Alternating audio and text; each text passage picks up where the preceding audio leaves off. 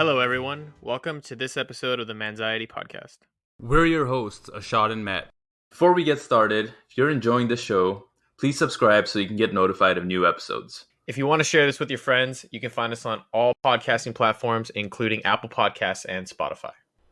All right, welcome back, everyone. Today we have another very special guest on the show.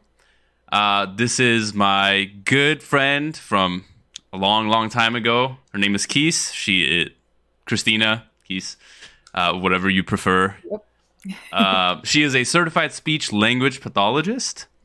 And I'm going to let her tell you all about what that is because that's the first time I've ever heard that title. So, Kees, can you give us a quick intro? Yes. Yeah, I've heard that a lot. What do you do?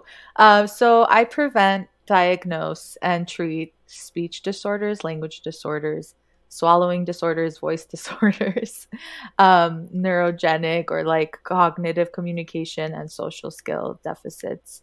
I work with the pediatric population all the way up to the geriatric population. So pretty much anyone. And I specialize in early intervention, which is birth to 3. So I have an additional certification where I get to help parents kind of coach them with kiddos who have language delays. Yeah. Perfect. I'm going to be a parent soon. Yes, I will be there. It's a blessing and a curse. I'm going to tell you. I have had to step in before and be like, hey, I'm noticing some things. Why don't we get some speech therapy going?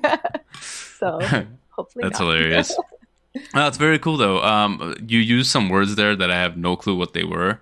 I got the swallow Yes. and the speech and the other one, but then there were like 3 other ones that make no sense to me yet. Can you elaborate a little bit more? Yeah. So like cognitive communication, these are people who have had strokes or tumors in the brain.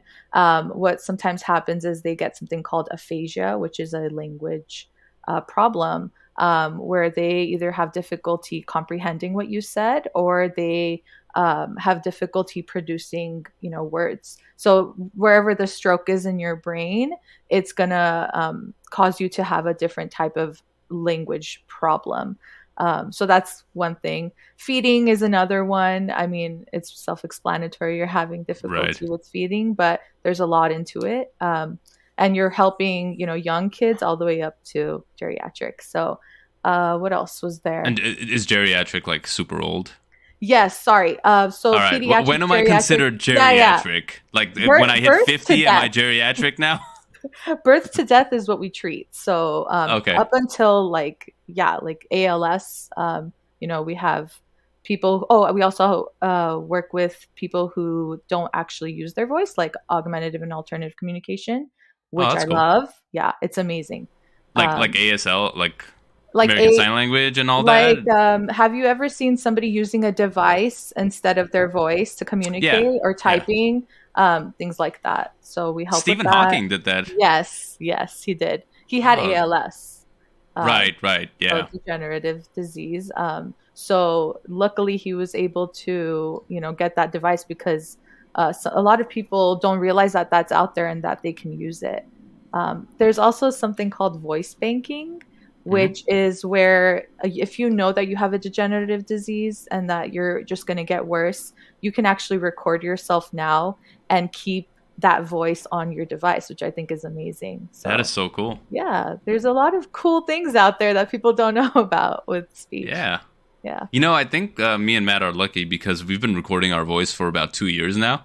Mm-hmm. So if anything were to ever happen, we have our voices. Yeah, voice disorders, trauma to the voice. I work with that too.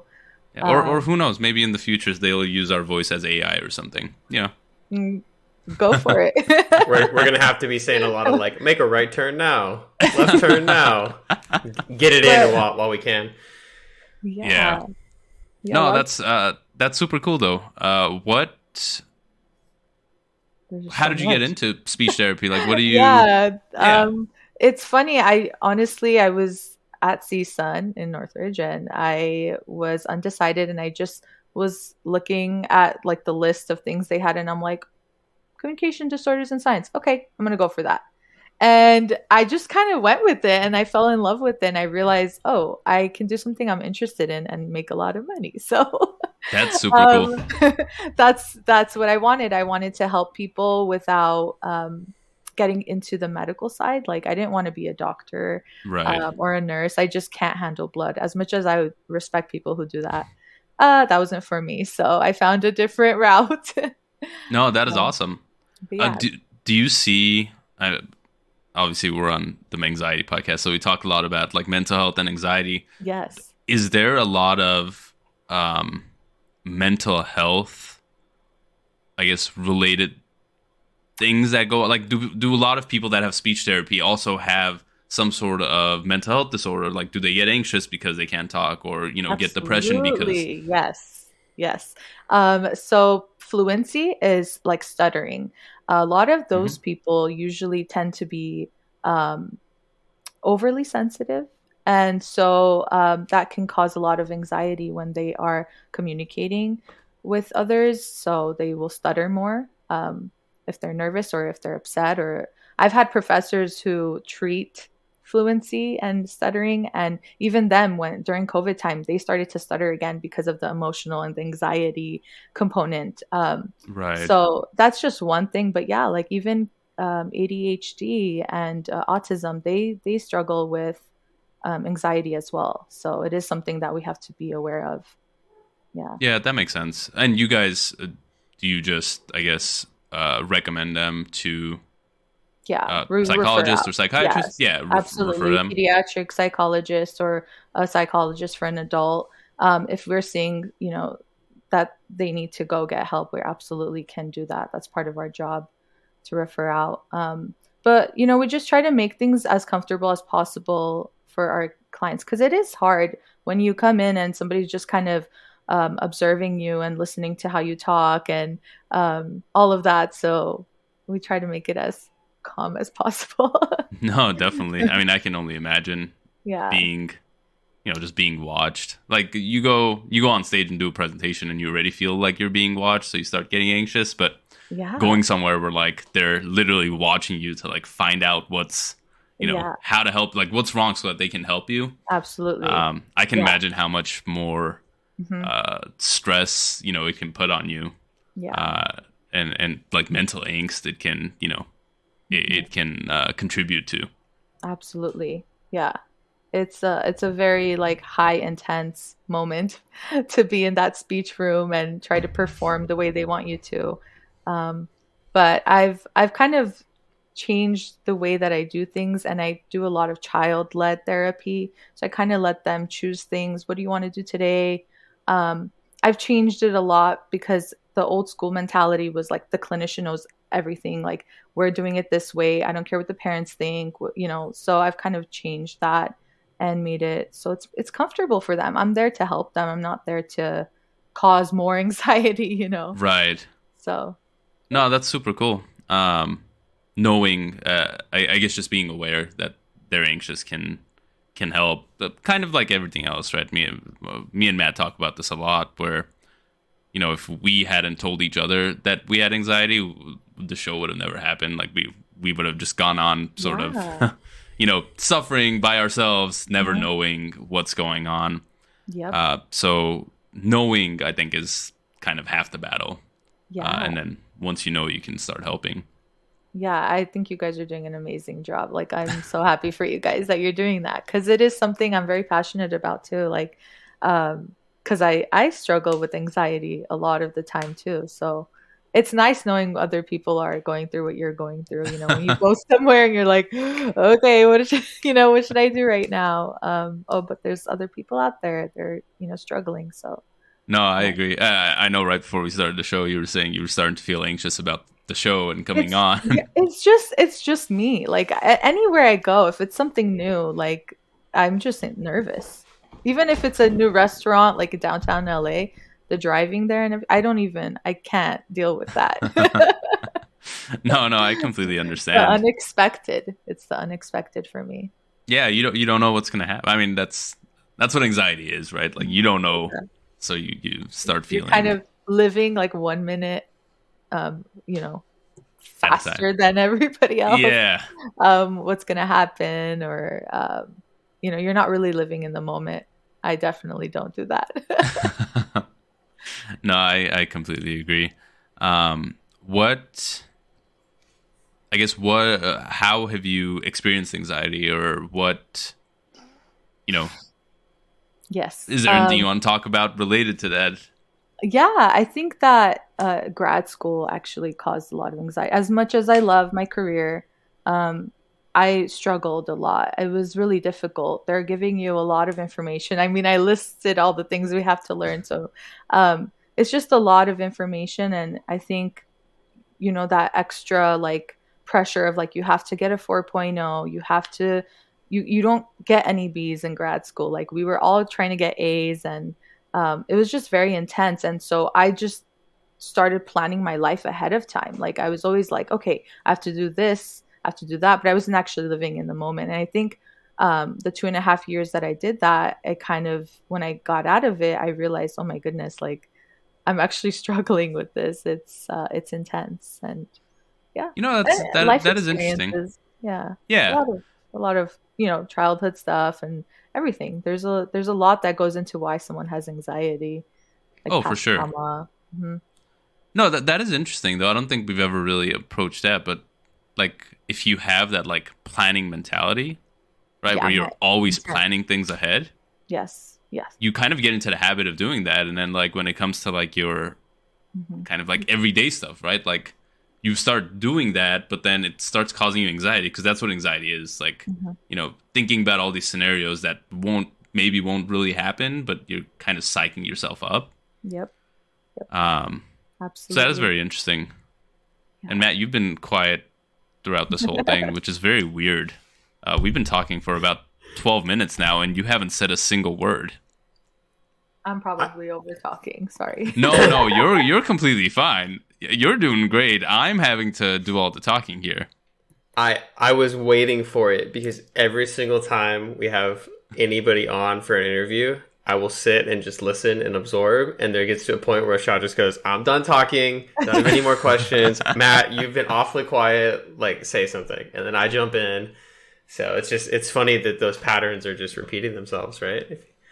We need to get the people going, and I guess it's provocative. Are we going to talk about the Kanye West beef? We can. Yeah, no, I mean, it's always funny when I do shut up and listen. The shot's always like, "What's wrong with you? It's so different." Because even though I won't shut up a lot, thank you, ADHD. When you said ADHD earlier, because I recently got diagnosed as an adult, which has been crazy, and talked a lot about it. It's common. Sometimes what I would notice, one, I think I've mentioned this before, but I was talking about it before the show. Like, I think it was in the 3rd grade, and I had to go to a speech therapist for not being able to pronounce my S's, and then I got over that, I don't know, fairly quickly, which was good, right? They sent me back to the Gen Pop with all the other kids. I was no longer the special kid. But you'll always be special to me, Matt. Oh, thanks, buddy. But what I will notice sometimes, and maybe this is the ADHD thing, is like if my brain is trying to say too many things at once, and I'm like, I don't stutter, but I don't speak. Like I get tongue tied in the opposite way. Where I'm like, and like I'm like trying to say something, and then it just doesn't come out. But I realized, like, after relaxing and like being able to calm myself down and just kind of trying to be more present, it's a lot easier to just speak when I'm thinking, as opposed to that like rapid fire in my brain that just say all the words at once, and then it comes out with like the wrong word, and some new wordle that that's just all the rave. So yeah, absolutely. That's common. That's a pretty common thing, especially if you do struggle with anxiety as well, like putting that with the ADHD. And there's a lot going on in our brain. Like in order for us to do what we're doing, there's a lot that has to go right. So it makes sense that we all kind of have our moments. I mean, I have moments too where I'm struggling with word retrieval, just like, oh, what was that word? Or, like it happens. We're human. Yeah, that happens to me all the time, actually. I'm just like, I know there's a word for this. Yeah. I can't think of it right now. What is the damn word? It's just like, and I'll try to explain it. fog. Yeah, and I'll try to explain the word, and I'm like, well, there it is. I'll finally come to it. The brain makes the right connections I was eventually. just gonna say that is a therapeutic technique we use with people with aphasia who have language issues, like adults. Describe the word. What is it? Even the senses, like what does it look like, or what does it sound like, or whatever, and it'll come to you. Oh, that's very cool. So you're already doing it. Good for you. Maybe I've learned something from your videos. Yeah. Thank you for watching my videos. I just Yeah, of started course. doing it randomly, and honestly, I'm just doing it because it's fun. Like It looks like a lot of fun. yeah, once it starts getting like where I feel like this is a burden on me, I'm not going to do it because I just want to enjoy it, and I want my videos to feel like very positive, very funny, very light. So, yeah, thank you. Yeah, of course, and they are, and Thank you. they're super informative and very, very enjoyable to watch. Why don't you plug your video channel, YouTube? Oh, I think it's Instagram. Instagram. Right? Instagram. Yes, Yeah. it's a reel. Yeah, it's like reels. I perfect. haven't got too techie yet with the YouTube and all of that. Yeah, that makes sense. I know before the show we kind of talked about some things I want to approach, and one of those things was something. Well, both of those things are things we've talked about on the show before and touched upon. But I guess, kind of in your own experience, how we kind of touched upon imposter syndrome and sort of getting burned out. How has your experience been with those? Yeah, imposter syndrome. I didn't even know what it was. I was like I was so confused with, and everyone would talk about it, and I thought about it, and I'm like, oh my God, this is what I'm struggling with. Like after grad school, I was like, I can't. Like I'm faking it. This is not me. But I have my credentials. Like I have Right. my license. I worked so hard to get here, and it's a real thing. You really genuinely think that you don't deserve what you've worked hard for. And a lot of speech language pathologists do deal with this because our job is not black and white. Like we are always, it's a lot of trial and error with therapy. So one thing might work for one kid, one might think for another kid. It's just always changing, and so you always are doubting yourself. So I struggled with that. Like my first year after grad school, I also got really burnt out because I was doing too much. I was watching too many things. I was, like too much into my books and trying to get the best therapeutic strategies, and so I exhausted myself. No, So that makes sense. yeah, currently I'm trying to start my own private practice, but I had to quit my job because I was not happy anymore. As much as I loved my career, I realized, oh my God, I'm exhausted. I don't want to go to work. And when you go to school for like almost 8 years, you want something that you're not going to get burnt out. You want to enjoy your job. And so I made a lot of mistakes. I didn't have a nice work-life balance. I really didn't. It was all about work.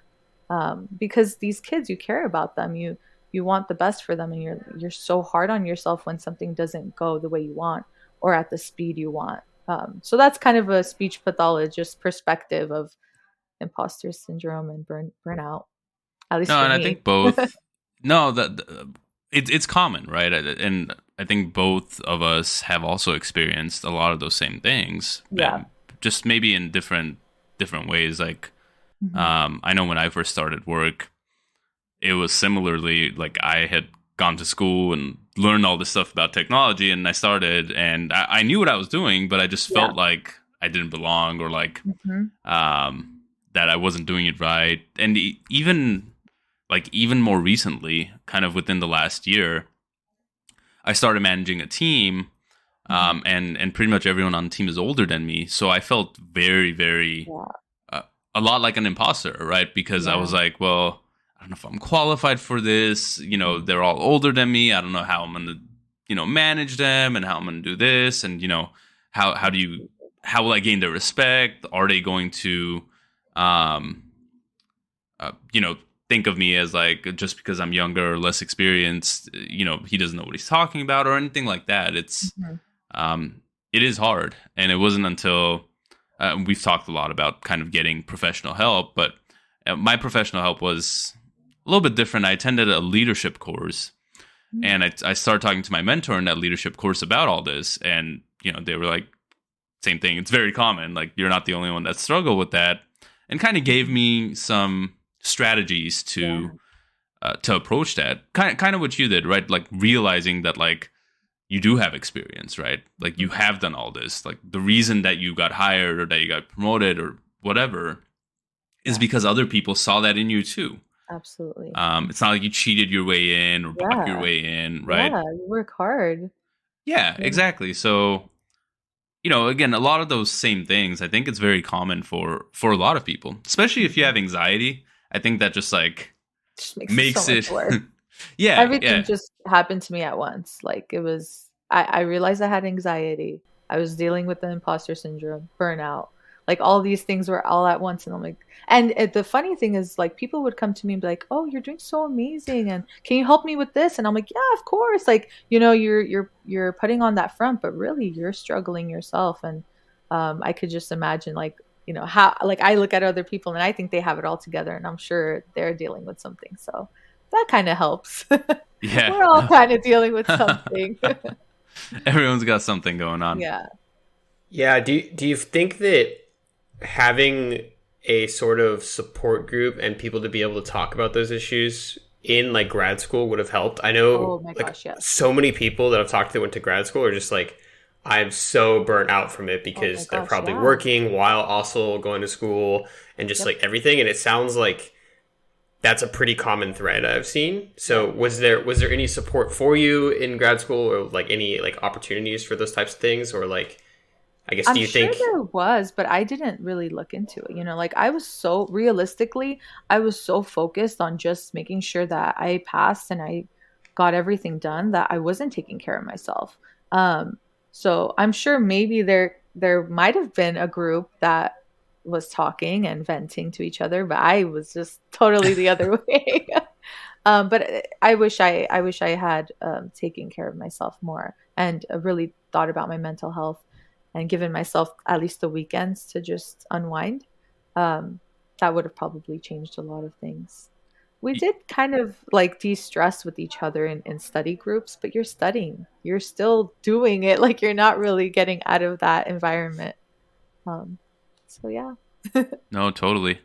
And I mean, I'm same thing with the burnout, right? I think it would have having that time Yeah. away from it would have helped. We talk a lot about habits and getting into the habit of things, but also kind of getting out of certain bad Yeah. habits, right?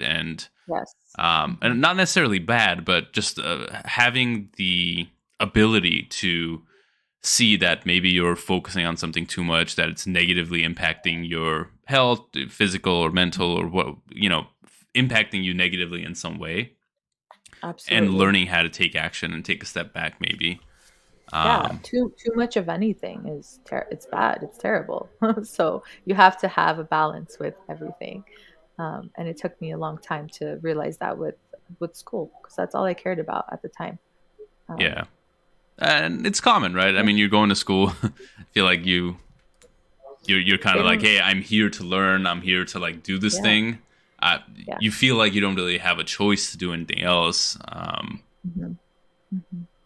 And Missing out on yeah, yeah, exactly. And focus on other things, yeah, right? things. Hmm. Yeah, Yeah. And I feel like it can be like that in other situations too. Like I'm sure, but with your work, right? You were saying that you were so focused on like trying to help these kids and stuff, yeah, and you cared so much about them that you were kind of like you had tunnel vision for only that one thing, yeah. and you couldn't really see everything outside of that. Absolutely. It was really hard for me to just come home and not think about it. Especially when you're dealing with parents. I love working with parents. I know some people hate it because Well, it's difficult to work with a parent and their child when the child is dealing with something so hard. Um, but they really do vent to you and they cry in my sessions and they tell me about really deep moments in their life, and it's hard to block that because I care about my clients. And so you're just trying to help with whatever you can. You're not, it's not just the kid, it's the parent. And so it was just a lot of stress Yeah, that's on me. tough. It sounds like the parents are kind of using you as like their own personal psychologist in a way too, and They kind of like, really do. right, Yeah, like kind of they sharing all that do. with you. But yeah, that Yeah. We do counsel. I mean, obviously, it's part of our job to be able to counsel and refer out if needed. But yeah, that's not our primary yeah. job. We try to listen. We try to be there for the parents. But I get it. It's not easy to hear that your child has autism or some type of diagnosis that you just did not expect to hear. Um, No, yeah. totally. What's your experience with, I guess, kids you've helped and who I don't want to like I don't want to say graduate, but kind of like have gotten to a point where maybe they don't need speech therapy anymore or need less of it. Like, Yeah. do they have you seen their mental health Mhm. improve? Have you seen like their parents, in Yeah. a different state? Like, what's the kind of the outcome, Yeah. right?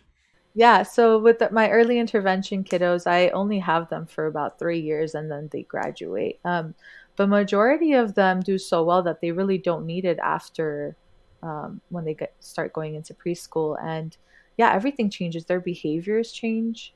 They're able to advocate for themselves. I don't want this, and um, even like parents are just more easygoing and more calm because their child is finally able to say what they need and what they want.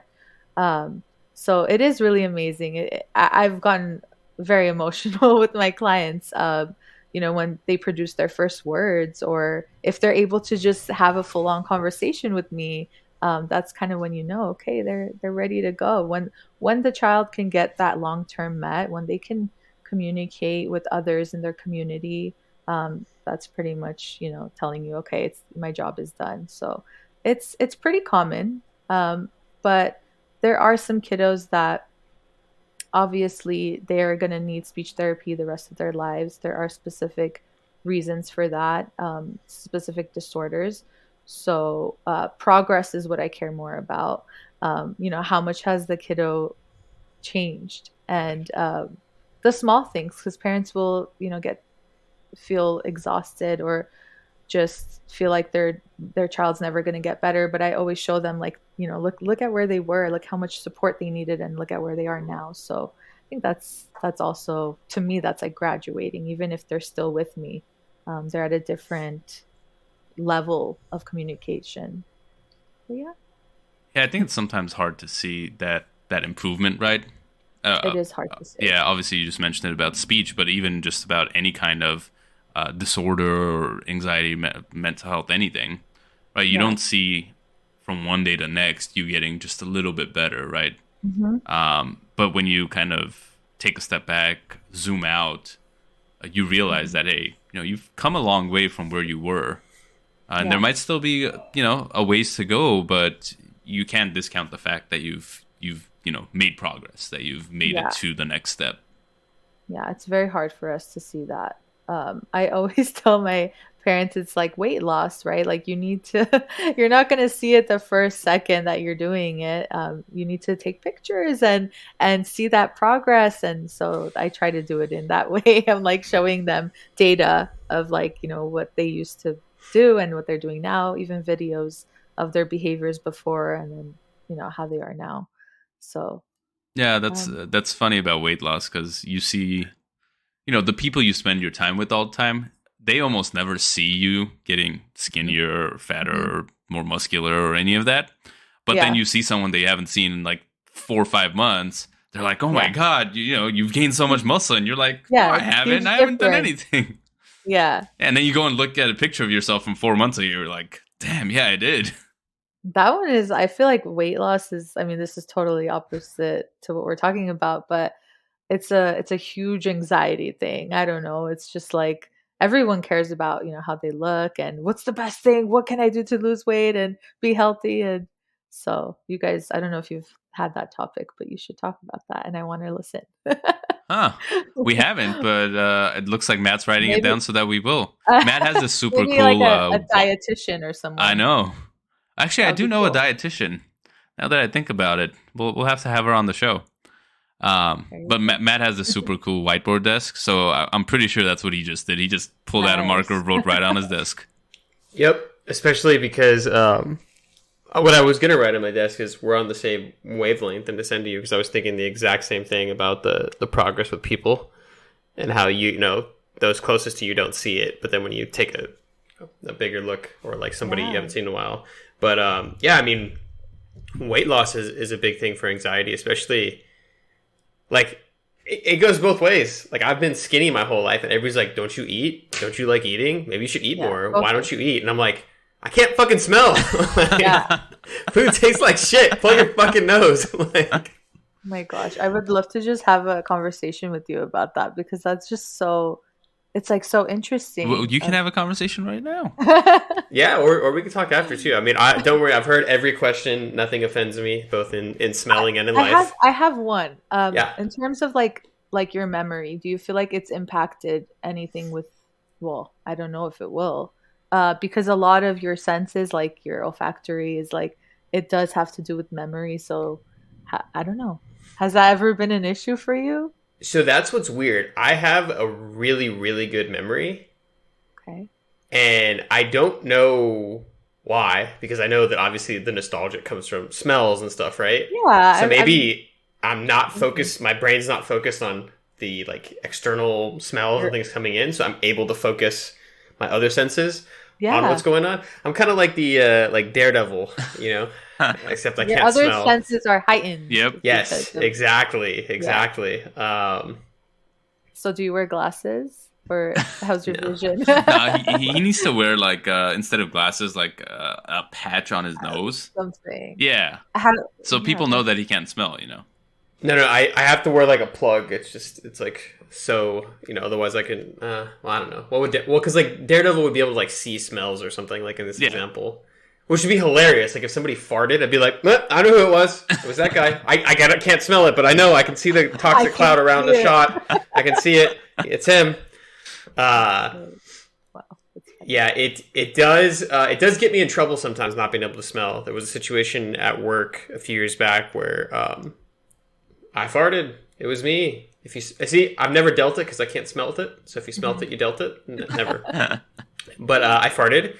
You know, didn't think anything of it. I fart all the time, right? We're humans. We fart. Yeah. You know, unless who doesn't fart? Kim Jong-un, right? He doesn't fart. Sure. Right? That was like a rumor on the internet a while ago. But, you know, I farted. Was around people. Didn't think anything of it. And somebody's like, dude, what smells like rotten eggs? And I was like... And you're like, I don't know. I was like, rotten eggs?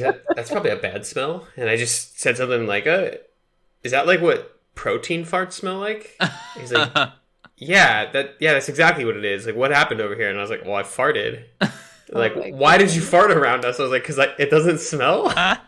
Like, I can't smell. Like, I don't know. Like, I didn't know it was going to be bad. If I knew it was going to be bad, I would have like held it. But I just never do because I don't know what bad fart smells like. So, you know. Well, you should just assume that any fart smells bad and just not do it. Yeah. This guy's like, I just, you know, if I'm eating good fart food, I'll let one loose. But if I'm drinking protein shakes, maybe I'll keep it in. Well, I think it's because people don't like shame you so much for farting and it smelling bad, right? Like I was close with the person, like, dude, it smells like fucking rotten eggs in here. But for everybody else, I feel like if I had farted and it smelled, they'd probably just be like, oh, this guy farted accidentally, right? Not like he let it rip because he has no, you know, basic social understanding of when to fart and not. So, and Keith obviously is very passionate about the subject because we spent 30 minutes talking about anxiety and speech therapy, and he said not one word. And then it comes to farting, and he goes on a 10-minute rant about it. I love it. Yeah, it's a topic of interest. I like it. What about like certain smells that are like dangerous? Like, how are you gonna? That's an issue. Deal with that. That's an issue.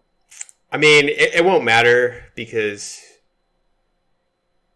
Yeah, I mean, if anybody's listening. Anyways, one day when my comedy special comes out, I will walk out wearing a smoke detector around my neck like Flava Flav.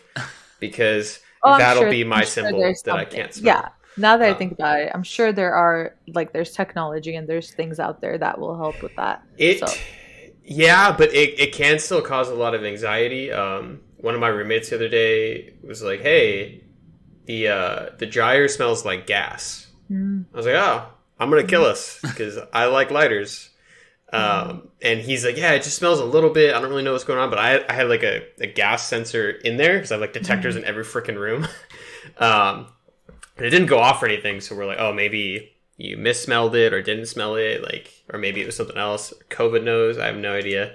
But it is kind of weird because when it comes to food, like milk, if it's like a day or two expired and I drink it, I'm like, yeah, it tastes fine. Other people are like, "Oh my god, like, what are you doing?" So I always throw it away on the expired date or the day like of it. I don't play with it. 'Cause I'm like, yeah, it's probably expired, and I probably don't know. It's probably not good for me. But yeah, I mean, it can definitely cause some anxiety. I think especially with like bodily smells. I'll apply deodorant like 6 times in a day sometimes or something. So I'm just like, I probably smell. Like, I'll never wear the same shirt twice because I assume that it smells. When we were in college, we would have him take out all the nasty stuff because he couldn't smell. So that was always fun. Oh, and he's also volunteered to come and change my baby when my baby has a nasty didiaper. So there you go. That's perfect. 100%. Also, that's why me and Ashok get along so well, because I heard he's stinky. So me and him, I'm one of the few people that can be around him for an extended period of time. So what a beautiful relationship. That's super. Yeah. Oh, that's funny. But is there a word for it? Like, is there a specific term? Yeah, it's called anosmia.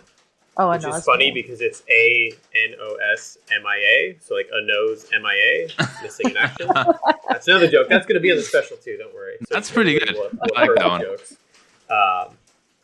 Yeah, it's fun times, especially now that talking to people about it, especially the ones that like know me, because I'm usually like first or second conversation. Especially Ashot's like, let's do an interview and talk about smelling.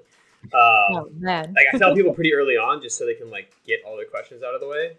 And I don't have to like repeat myself. Like at work, I was talking to one of my coworkers, and like, I told her I couldn't smell because she said something about how like the restaurant we were in smelled really nice, and I didn't say anything back because I can't be like, yeah, it does, right? It smells great. Like, so I told her, I was like, yeah, like, I'll just tell the whole team together so everybody can like brainstorm their questions, so I don't have to be like talking to this person and this person, this person, this person.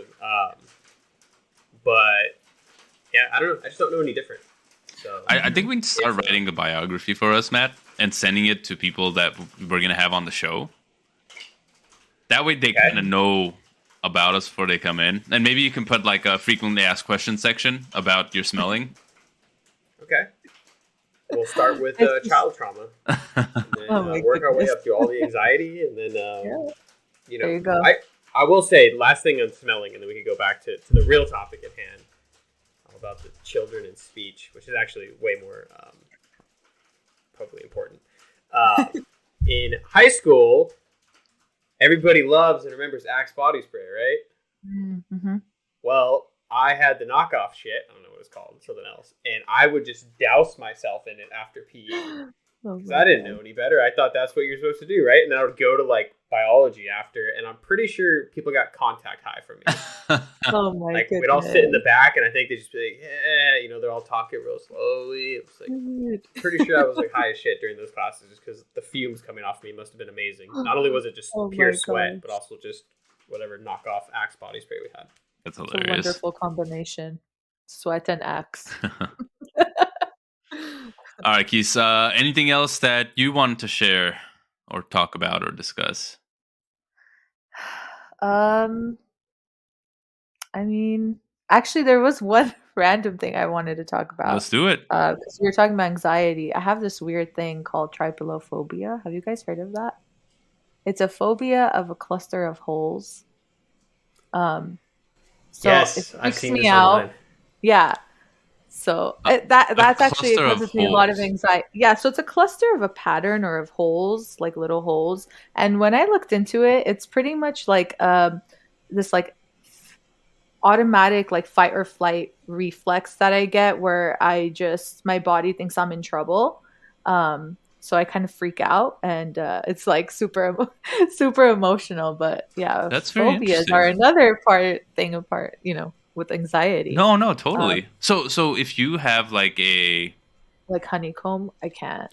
Like yeah, I was gonna say I was gonna say like a honeycomb pasta strainer or like a strainer. That one, I think because I've seen it so much, I kind of got desensitized to it. But like, even this is funny, but like even when I'm driving behind a truck and they have all those pipes, Yeah.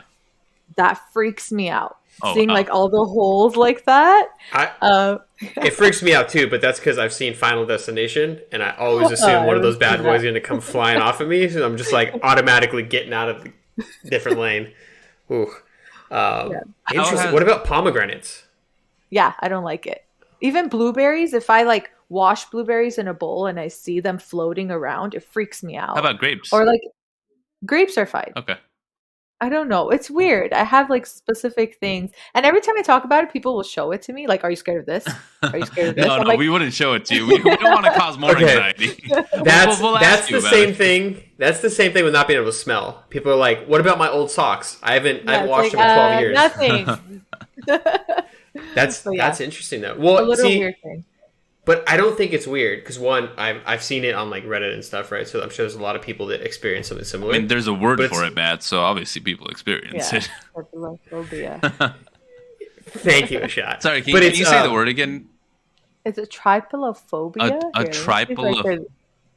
Tripilophobia? Yeah, let me see if I could bring it up. Sorry, Matt. Well, don't Google it, then it'll show you. Pictures. I know, I'm like, Gotta be I'm very trying careful. to do it without seeing it. Try. Oh gosh, okay, here it is. I think I butchered it. It's trypophobia. Oh, trypophobia. Freaks me out. But yeah, that's a little side thing about me, I guess. Oh, these pictures are so weird. Why would they put these on there? It like makes me nervous just knowing that you're looking at it. Like It's making me nervous just looking at I literally looked it up and it's like yeah, so some people people's don't even know they hands. have it. That's the funny part is like you don't know you have it until you've been exposed to it. So there's a test you can take and it'll tell you if you actually have the phobia or not. I would not recommend doing that. Interesting. Yeah. I mean, I'm starting to. Well, I'm okay with pomegranates, but looking at these pictures with hands with holes in them, very freaky. Yeah, like it pretty much like to someone who's afraid of it, it makes you think of infections or Right. disease. So you kind of freak out, like you think it's gonna go on you, or you think like for That me, makes it's a lot of arms. Like, sense. Yeah. I don't know why. Like I think it's gonna go on my arms, and it's weird. No, that's. Yeah. I mean. Yeah, I mean, from like an evolutionary perspective, that makes total sense, right? Like, I've heard that the reason people will throw up, or like if somebody throws up, the reason other people will gag is because typically if somebody's throwing up and they're purging what's in their stomach, it's because they ate something like poisonous. So everybody should also be throwing up too, to like be like, oh, I had the same meal, whatever, right? Which is interesting. Also, because I can't smell, I was Mr. Cleanup Throw Up in college. It was literally like the specialist that they would call my freshman year when we couldn't handle our liquor, and they'd be like, "Hey, so you can just clean that up." I'm like, I still don't like looking at chunks the of shit. texture, I'm sure for you the texture is worse. Like you're seeing it, and I would just like put it, like mop it up, and then not worry about it. But yeah, I mean, I didn't have that like visceral reaction to the smell of it where people just start gagging. Also, drinking liquor has always been great because people are like, "Ugh, I don't want it." I'm like, can't smell it or taste it, really. Just down the hatch. The only problem is he doesn't drink very much anymore, so it's a wasted talent to be yeah, completely you really honest. are wasting. Wait, your when talent. when you're a pro and you've gold medaled in every drinking Olympic event that there is, there's no reason to continue. Also, I'm an old man now. My body can't take it. It takes longer to recover.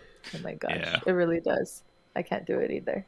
But no, phobias are scary. I used to be claustrophobic, but I don't think I am very. I don't know. It's weird. I don't think I am very much anymore. I think I might still have that. Yeah. And a fear of Like anything heights. trapped. Me too. Really bad. Yeah, I had it bad, but then like I don't know. I always test myself. Like I'll go like if I'm in a tall building, I'll go and I'll look down, or like and I've done like like bungee jumping and stuff. So No. Well, maybe that's why. Maybe that helped you. yeah, I think kind of exposure keep there. the I try to expose myself all the time, so I can work through it. Look at you treating yourself with all these different techniques. I'm trying. You expose yourself all the time? You're horrible. Not in that way, Matt. That's Just not saying. what we heard. No. That's funny. Anyway, Yeah. thank you again for Thank coming on the you. podcast, Keys. It was a pleasure awesome. having you. It was a pleasure being on. It's an honor. You guys are doing an amazing job, so I'm super excited to listen to your next one. Yeah. Thank you I'm very gonna much. start. Are you guys posting this on your Instagram? I saw you have an Instagram. Okay. We post. Well, we recently started posting like some video clips and stuff on Instagram. But yeah, we Yeah. post anytime there's a new episode. We put it up on our story, and Awesome. we post it on Yeah. each of our stories whenever we have new episodes too. I will mark it for you. I'll start putting. If you guys do any stories or anything, I'll just post it on my speech account that is only like 400 people.